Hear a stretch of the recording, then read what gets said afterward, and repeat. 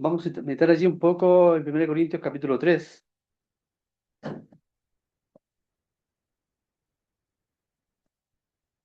1 Corintios capítulo 3, verso 1 en adelante. Dice así en el nombre del Señor.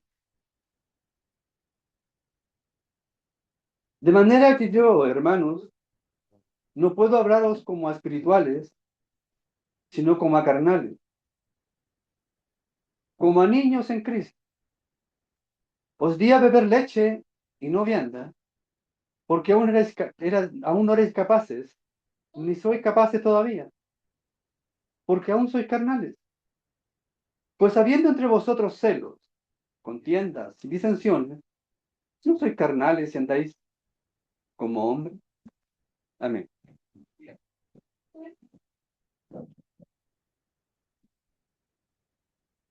El apóstol Pablo aborda en este libro a los corintios algo que el Señor le puso en el corazón, ¿cierto? Le inspiró para hablarles, porque habían en Corintio una situación que no se da en ninguna iglesia, ¿cierto? Se da en todas las iglesias. Una situación de que no son agradables, que no son buenas, que no es una buena situación y que hay que abordar y mejorar. Y por eso el apóstol Pablo les escribe. Ahora, el apóstol Pablo es bien claro, no está tratándolo de inconversos, porque él los llama hermanos. Para Pablo, los corintios son sus hermanos, parte del cuerpo de la iglesia, hijos de Dios, salvados y redimidos por Cristo Jesús y santificados por su Santo Espíritu, perdonados por él. Los llama hermanos, son del cuerpo. Pero Pablo tiene que advertirles algo y aclararles algo y corregir lo que está mal en ellos. Y les dice, de manera que yo, hermanos, no les pude hablar como a espirituales, sino como a carnal. Pablo aquí hace una diferencia entre lo que es ser espiritual y lo que es ser carnal. Y al usar la palabra niño, más adelante, el apóstol establece que ser espiritual no es simplemente hablar muy bonito, o tener muchos dones, o tener muchos talentos, o tocar muy lindo la guitarra, incluso ni siquiera entender bien las escrituras, ni siquiera ser carismático, agradable, ¿cierto? Ni siquiera tiene que ver con la autoridad en la iglesia, o los años que lleva. Ser espiritual tiene que ver con crecimiento y con los frutos del espíritu. Por eso que alguien espiritual es alguien que abunda en frutos del espíritu. Los frutos del espíritu son espirituales. Mientras más frutos hay, es porque el espíritu más ha trabajado en este hermano. Un hermano con espiritualidad, con frutos del espíritu. Entonces Pablo acá les llama carnales a los hermanos, hijos de Dios y en Cristo, pero carnales, niños, les dice. Ustedes son niños aún, pequeños. Mi hijo trabaja en el colegio. Yo sé que aquí en Santiago hay muchos colegios que tienen desde pre-kinder hasta octavo o cuarto, incluso algunos. En el patio se juntan todos. Puede haber un alumno de un grado mayor, que ya con más cuidado y ya más prudente, pero va a sufrir el golpe de un niño chico que está corriendo en forma loca, o va a recibir un pelotazo, o se van a tropezar con él, lo van a empujar. Va a pasar muchas cosas, porque hay niños también.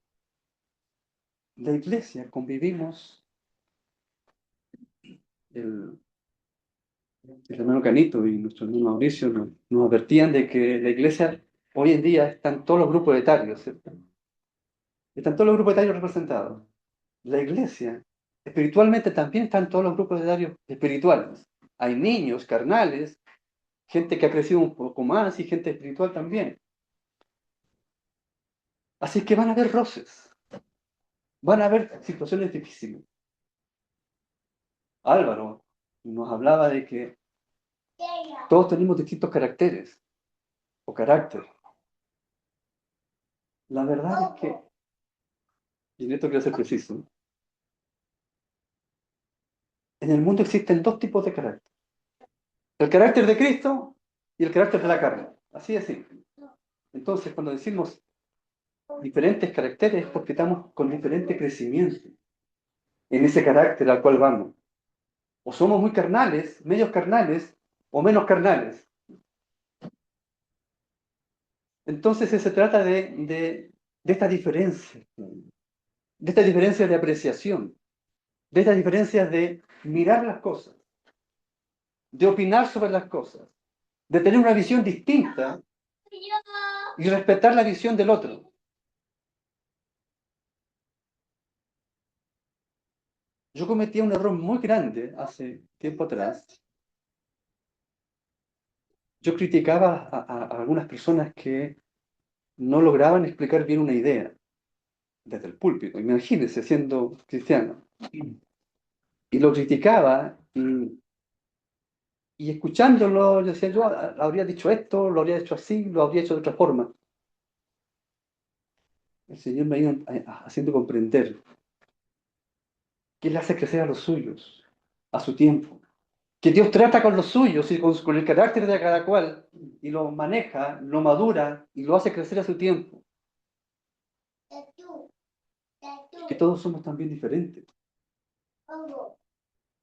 Y Dios se toma su tiempo con algunos, trabaja más rápido con otros. El Señor conoce en su soberana voluntad los propósitos de cada quien y para quién nos va a usar. Pero mientras crecemos, van a haber dificultades, van a haber roces. Y Pablo les dice, ustedes son todos niños, todos pequeños. Se quejan por todo, lloran por todo, se golpean por todo, se pelean por todo, por cosas que son a veces hasta absurdas. Porque le dice, teniendo ustedes, les di a beber leche, y ahora necesito hablarles de forma más contundente, verdades espirituales más fuertes, tengo que hablarles del Señor, enseñarles cosas más intensas, más profundas, que tienen que ver con la forma de vida, ¿cierto? Con los frutos, pero no puedo, porque no son capaces de entenderlo. Jesús les dijo, mira, Jesús cuando estaba con sus discípulos, Él les enseñaba, ¿cierto? Jesús en un momento dado, cerca de su partida, les dijo, aún tengo muchas cosas que decirles. No dijo pocas, dijo muchas cosas que enseñarles y decirles, pero aún no soy capaces, en este momento no serían capaces de entenderlas y recibirlas. Cuando venga el Espíritu Santo, Él les va a recordar y Él les va a revelar lo que yo les quise decir tantas veces con leche, con figuras que yo veía en el mundo y hacía parábolas para que pudieran quizás dilucidar por ahí, con manzanitas, ¿cierto? Decirles las verdades. Con nosotros, como iglesia, pasa lo mismo. Cuando necesitamos avanzar en el crecimiento de su palabra, no somos capaces de ir creciendo con ella, porque somos aún carnales y niños en Cristo. Porque aún sois carnales, pues habiendo entre vosotros celos, celos en la iglesia, celos porque el otro es más, no sé, más dinámico, habla mejor, se expresa mejor, lo toma más en cuenta, lo, lo quieren más, o es más amigo que es amigo de todos, es el popular, no sé, celos, porque sabe más, porque toca mejor, canta mejor, es más puntual, celos, contiendas, peleas, contención de opiniones a veces, a veces de cosas secundarias, de cómo hago esto, cómo hago lo otro. Y a veces insistimos y somos, eh, no evitamos el roce. Porque a veces queremos ganar la batalla o ganar el argumento. Nos pasa, ¿cierto? Queremos ganar el argumento. Contiendas.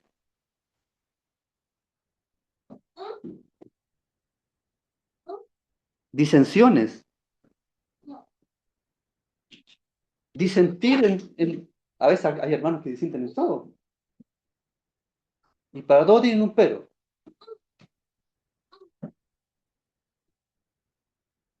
¿No somos carnales, dice Pablo al hacer eso? ¿No sois carnales si andáis como hombres? Es curiosa la frase que usa Pablo ahí en esa pregunta. ¿No andáis como hombres? Pues si somos humanos, ¿o no? O somos extraterrestres, o somos monos, o somos de otra especie. No somos hombres. La Biblia dice que el ser humano, el ser carnal, es, ¿sabes cómo llama la Biblia al ser carnal? Lo llama hasta diabólico. Humano, carnal y diabólico, dice la Biblia. ¿Cómo, perdón? Estas cosas que son del carácter del viejo hombre, ¿no? Dice la Biblia que son frutos de lo que es carnal, humano y diabólico. Porque nacen del viejo hombre que está cautivo en las cadenas del pecado. Por tanto, nuestro carácter debe ser cambiado. Debemos tener cuidado porque el niño en Cristo, el carnal en Cristo, debe ser soportado, tolerado, comprendido. Pero, pero cuando somos carnales, podemos llegar a hacer daño. Con nuestros celos, con nuestras contiendas, con nuestras disensiones. Un problema real en la iglesia. Mire, vayamos a 1 Corintios 6, unos capítulos más adelante. 6, verso 7, perdón, verso... 1 Corintios 6. 6. Sí.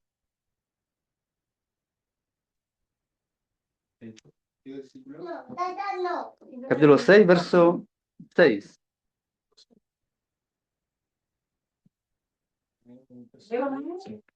Bueno, amén. No que el hermano con el hermano pleitean juicio, y esto ante los incrédulos. Sigue adelante. Así que, por cierto, es ya una falta en vosotros que tengáis pleitos entre vosotros mismos. ¿Por qué no sufrís más bien el agravio? ¿Por qué no sufrís más bien el ser defraudados? Amén.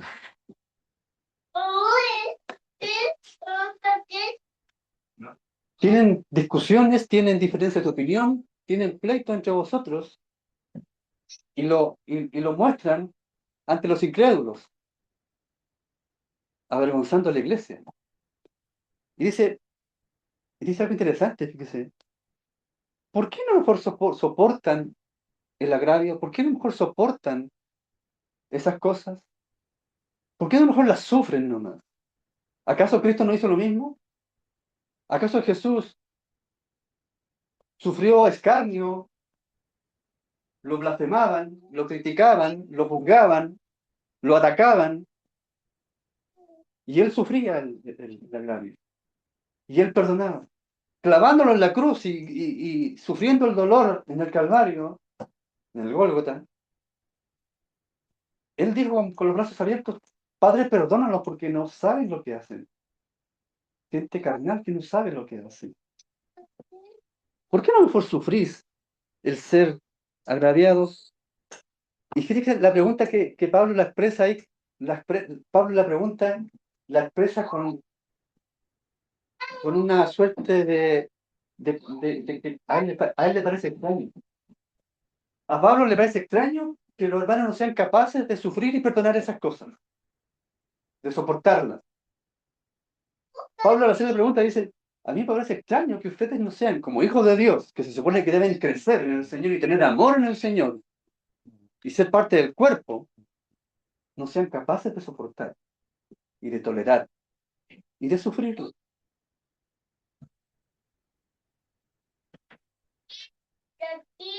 Mire, vayamos a Colosenses.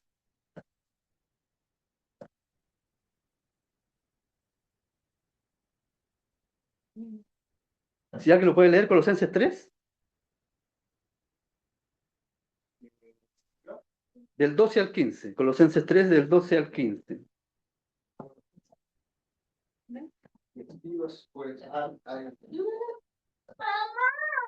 Vestidos, pues, como escogidos de Dios santos, llamados, de entrañable misericordia, de benignidad, de humildad, de mansedumbre, de paciencia, soportando unos a otros, y perdonando unos a otros.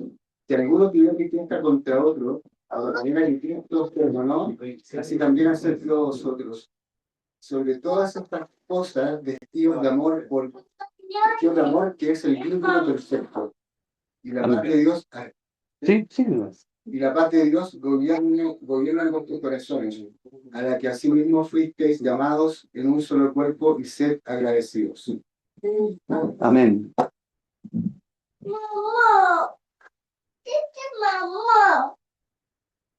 Interesante y fuerte lo que dice Pablo a los colosenses. Vístanse como escogidos de Dios, santos y amados. Y esto es importante, de entrañable misericordia. De entrañable misericordia. No está simplemente diciendo sean misericordiosos. La Biblia nos enseña y nos aconseja a ser, nos llama a ser misericordiosos. Pero Pablo aquí usa un término con una hipérbole, de entrañable misericordia. Algo que nazca de las entrañas, que nazca de adentro, que nazca de lo profundo, que nazca del corazón. Una misericordia honesta, sincera, que nazca del corazón para transformar esa molestia en perdón. Porque la misericordia es eso. La misericordia de Dios nos ve a nosotros sumidos en el pecado y sufriendo las consecuencias del pecado. Pero el Señor tiene misericordia, siendo el juez justo que podría perfectamente juzgarnos y castigarnos por esos pecados. Él decide tener misericordia. ¿Por qué no mejor, diría Pablo también, por qué no mejor eligen ser misericordiosos en vez de licenciosos? De entrañable misericordia.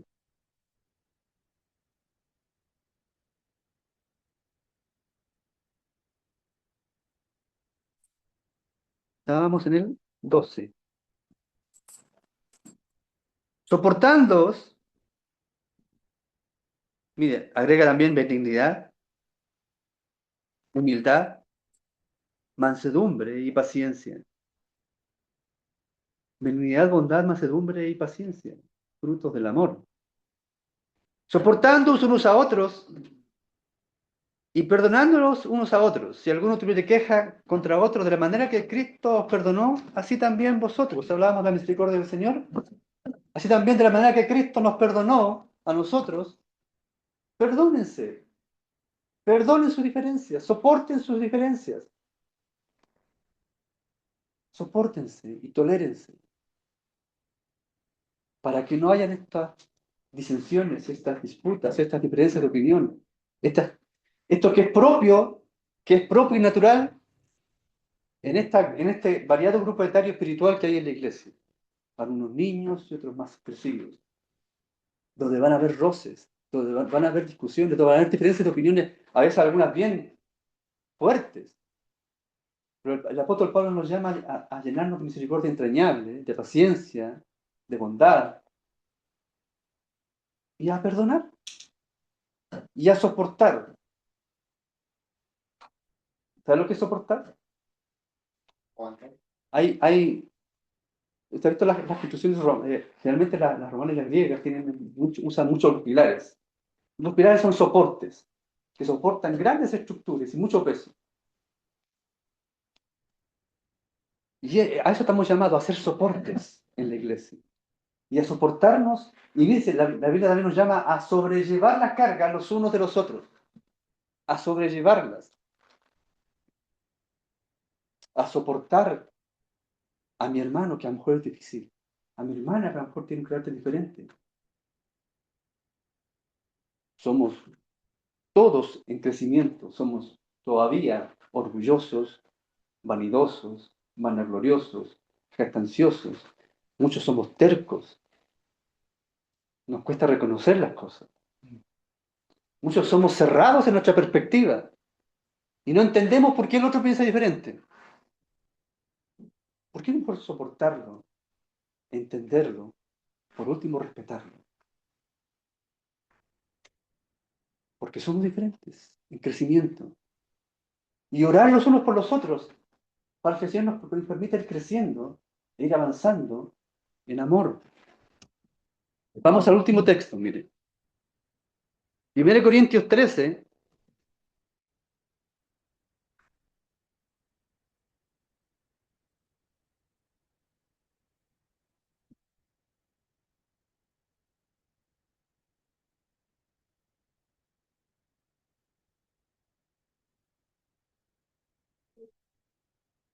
Versículo. A partir del 4. Lo voy a leer yo. Conocido pasaje. El amor es sufrido. ¿Por qué no por sufrir? Dijo Pablo. El amor es sufrido. Es benigno. De bondad vístanse. El amor no tiene envidia. Hay celos. El amor no es jactancioso. No se envanece. No hace nada indebido. No busca los suyos. No se irrita. No guarda rencor. No se goza de justicia, más se goza de la verdad. Todo lo sufre. Todo lo cree. Todo lo espera. Y todo lo soporta porque espera en el Señor. Soporta las pruebas del Señor. Sufre las pruebas del Señor. Sufre que el Señor lo exponga a situaciones difíciles para moldear su carácter. ¿Usted cree que si en la calle me encuentro con alguien difícil de soportar, es porque tengo mala suerte? No, el Señor lo pone ahí para tratar mi carácter. Todo lo que acontece a los hijos de Dios, todo lo que acontece a los hijos de Dios, en absoluto, es para el bien, para nuestro crecimiento, para someternos a prueba y manejar nuestro carácter y transformar nuestras debilidades y fortalecerlas, ejercitarnos en la gracia, ejercitar los sentidos espirituales, para ser como Cristo, para correr bien la batalla. Debemos crecer, debemos ir creciendo y superando estas cosas en nosotros,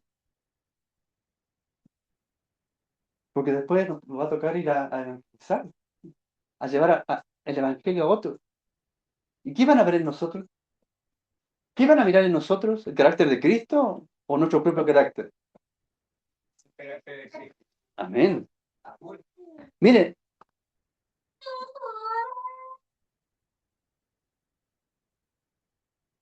el hermano Alejandro, delante dijo aquí adelante, somos un cuerpo. Hay distintos dones y hay que usarlos en el cuerpo, ¿cierto?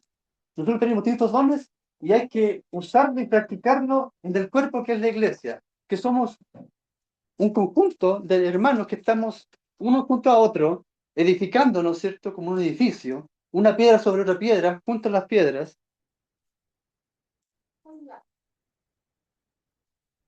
¿Qué es lo que une las piedras en una construcción, hermano Alejandro?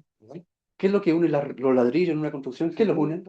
Cemento, arena y básicamente ¿Puedo poner yo los ladrillos así nomás amontonados y seguir edificando? clavarlo no puede. No, pero puedo colocarlo. ¿Qué pasa si hago eso? Se derrumba, po. El cemento que está entre los ladrillos, que los mantiene unidos. No se tocan entre sí, no se rozan entre sí, los mantiene unidos. Nuestras articulaciones, en la rodilla especialmente, tienen líquido que las protege para que los huesos no se rocen y no se desgasten. ¿Sabe de motores, cierto? algo. Mi hermano Marcio también. Está aprendiendo a aprender. Pregúntale a él.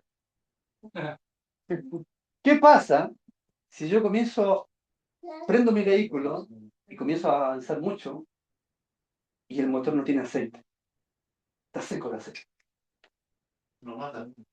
Mato el motor, po. ¿Por qué lo mato? ¿Por qué? La lubricación se quema. ¿Y para qué es buena la lubricación? Para que las piezas no se toquen entre sí, no se rocen. Las lubrica, mantiene el motor en buena salud. A las rodillas también. El amor, que dice Pablo aquí, tiene todos sus lubricantes y esas cosas esenciales que aportan el lubricante para la iglesia, para que la iglesia se maneje, para que la iglesia funcione, para que la iglesia trabaje codo a codo, uno con otro, tu don con el mío, para ir avanzando, pero sin rozarnos, sin desgastarnos, sin destrozarnos por el camino. Pedro usa una palabra muy fuerte, no, Pablo, en Gálatas. Es una palabra muy fuerte y les dice a los hermanos, pero si os mordéis unos a otros, tengan cuidado que tampoco os consumáis unos a otros. Porque el amor es esencial para él. El amor es el lubricante de la iglesia. Es el cemento que une los ladrillos, pero no se tocan.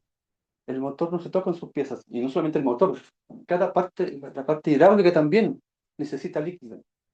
La caja de cambio también necesita líquido que la lubrique. Destacamos eso y créanme que es un desastre. Sin amor no se puede.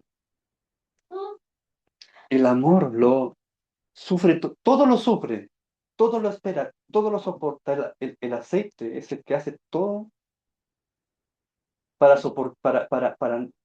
permitir que el motor trabaje en forma armoniosa y de forma sana. Entonces, estamos llamados a soportarnos mutuamente, a pesar de que no podemos evitar ser diferentes. Yo no puedo cambiarte a ti, Álvaro. Quizás hayan cosas de ti que me incomoden, y de mí a ti.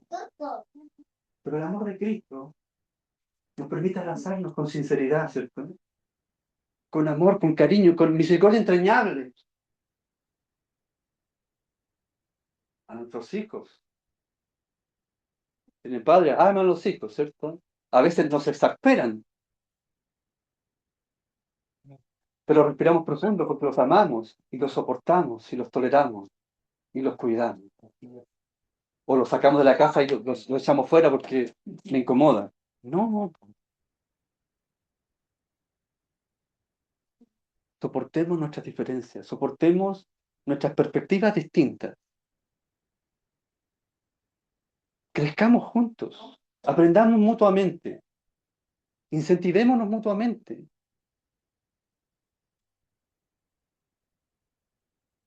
Mire, hay un pasaje bíblico que dice, orar, dice, no, dice así, confiesen sus pecados unos a otros y orar unos por otros para que sean sanados. Confiesen sus pecados unos a otros y oren unos por otros para que sean sanados. Confiesen sus pecados. No está diciendo que yo voy a mi hermano y decirle, mira, yo tengo estos pecados aquí, este pecado allá. No está diciendo eso. Está diciendo que si yo estoy molesto por algo que me molesta de mi hermano y me incomoda mucho, y me enojo con él o me molesto con él, yo le digo a mi hermano, perdóname porque a veces tu forma de hacer me molesta, me exaspera y si en algo te he respondido mal, si en algo me has visto en mi cara una mala cara y te he herido, por favor, perdóname. Eso. Cuando yo ofendo a mi hermano y voy y le pido perdón, ¿para qué? Para poner lubricante en nuestro andar juntos, para no destruirnos mutuamente ni dañarnos. El amor, el pedirse perdón, eso requiere aplastar el orgullo. Eso requiere aplastar el amor propio. Eso requiere valentía. Eso requiere decirle no a mi viejo hombre que me dice, ¿qué? Déjalo. Cosa de él, pues, se enojó solito. ¿Qué te importa a ti? Déjalo solo, si total. Lo importante es que tú tienes la razón. Tú tienes la razón, él no. Él está equivocado. Vencer esa voz. Vencer a nosotros mismos, nuestro orgullo. Y hacerle caso a la voz del Señor y a la palabra de Dios que dice, ve y confiesa tus pecados unos a otros. Y perdónense, sopórtense, tolérense. Ahí es donde entra amar. Toda la palabra de Dios dice que se reduce en dos cosas: amar a Dios sobre todas las cosas y a tu prójimo como a ti mismo. Uno mismo. El amor es el lubricante. El amor es la Biblia, es el vínculo perfecto. El vínculo, el estar juntos, el amor de por medio, para que no haya roce. Es nuestra unión perfecta. Es el cemento perfecto, el amor. Y el resultado va a ser, como leían en la lectura que me hizo leer, dice, y la paz de Dios, gobierne vuestros corazones. La paz de Dios gobierne. Dice guarde, no dice gobierne.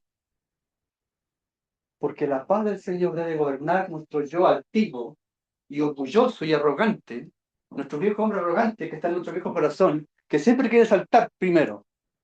No, sea gobernado por la paz de Cristo, en el amor de Dios. Oremos. Amado Dios, amado Señor, te damos gracias, mi Rey amado, por tu palabra, Señor. Tu palabra habla a tiempo y fuera de tiempo, Señor. Tu palabra es la verdad. Tu palabra, Señor, es viva, es eficaz. Tu palabra penetra, Señor. Tu palabra, Señor, es el martillo que quebranta nuestras piedras, Señor, nuestros corazones duros, Señor. Tu palabra, Señor, gracias, porque tú nos exhortas, nos enseñas, nos consuelas, pero también, Señor, nos corriges en estar vigilantes en cómo nos comportamos, Señor, y cómo crecemos juntos, y cómo funcionamos, Señor, como cuerpo de Cristo. Gracias, en el nombre de Jesús. Amén.